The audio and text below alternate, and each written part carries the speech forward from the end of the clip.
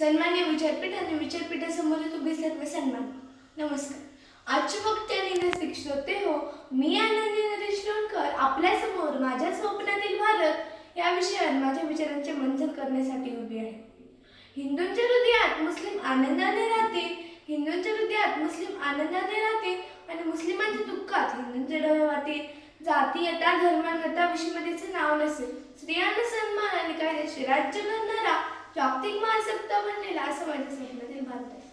मित्रांनो, मित्रांनो, माझा भारत लाखो करोडो भारतीयांच्या नसा आणि रक्ताच्या थेंबा थेंबात विला गेलेला भारत, प्रत्येक भारतीयांचा जगण्याचा श्वास असलेला भारत. पण नेमकी काही सोयीचं धूळ निघत असलेल्या माझ्या भारत देशाला कोणीशी तरी नजर लागली हो, आणि विषमता, भ्रष्टाचार, बेकारी, गुन्हेगारी आणि गरिबीने या संपूर्ण समृद्ध देशाची वाट लावली हो, आणि म्हणूनच हा विषय घेण्याची वेळ जगांवर आहे.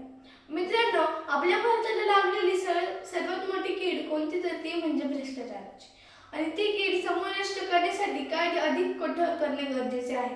नुसतं मी लाच घेणार नाही आणि मी लाच देणार नाही असे म्हणून ही कीड मिटणार नाही. अहो, बापाचा मृत्यूचा दाखला देताना कोणताही अधिकारी लाच मागणार नाही.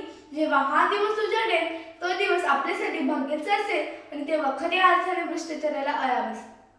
माझ्या स्वप्नातील भारत खरंच किती सुंदर कल्पना आहे ना. कसा असेल माझ्या स्वप्नातील भारत?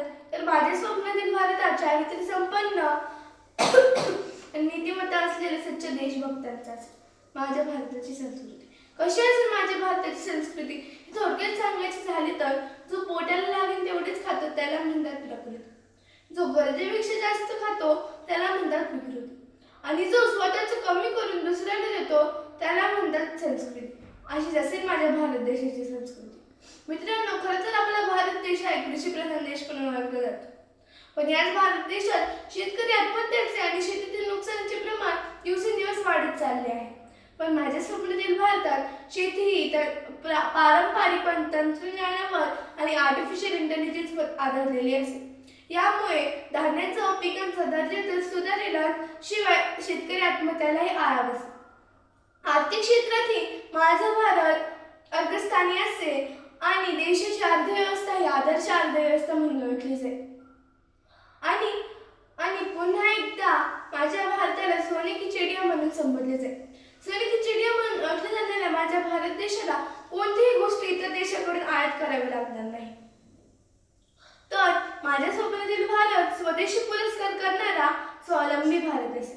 मित्रांनो, ज्या राष्ट्राचे चारित्र्य श्रेष्ठ असते तो राष्ट्र जगात श्रीमंत असतो.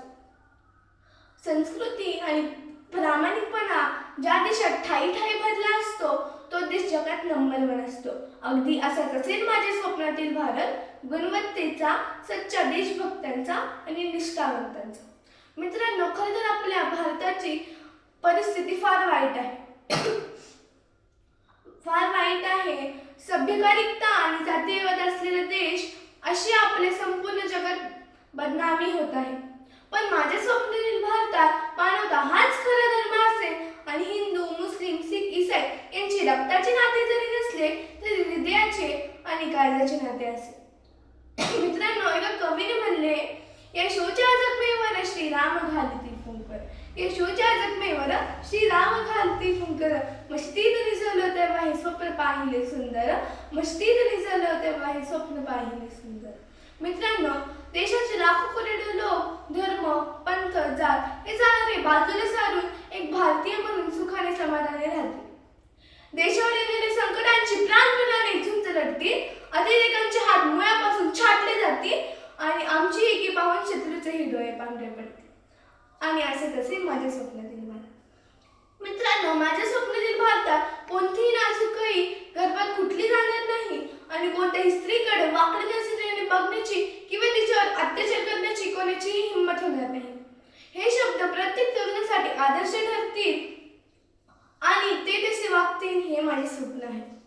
माझ्या स्वप्नातील भारत घडण्यासाठी मी तमाम भारतीयांना एकच सांगू इच्छिते, तुमच्या नजरेत जर आहे मृत्यूलाही कापवण्याची, तुमच्या नजरेत जर आहे मृत्यूलाही कापवण्याची, आणि पुन्हा एकदा आम्हाला बोलवण्याचे आव्हान द्या, आणि तुमच्या माझ्या सर्वांच्या भारतात सोन्याचा धूर निघू द्या, पुन्हा एकदा सोन्याचा धूर निघू द्या.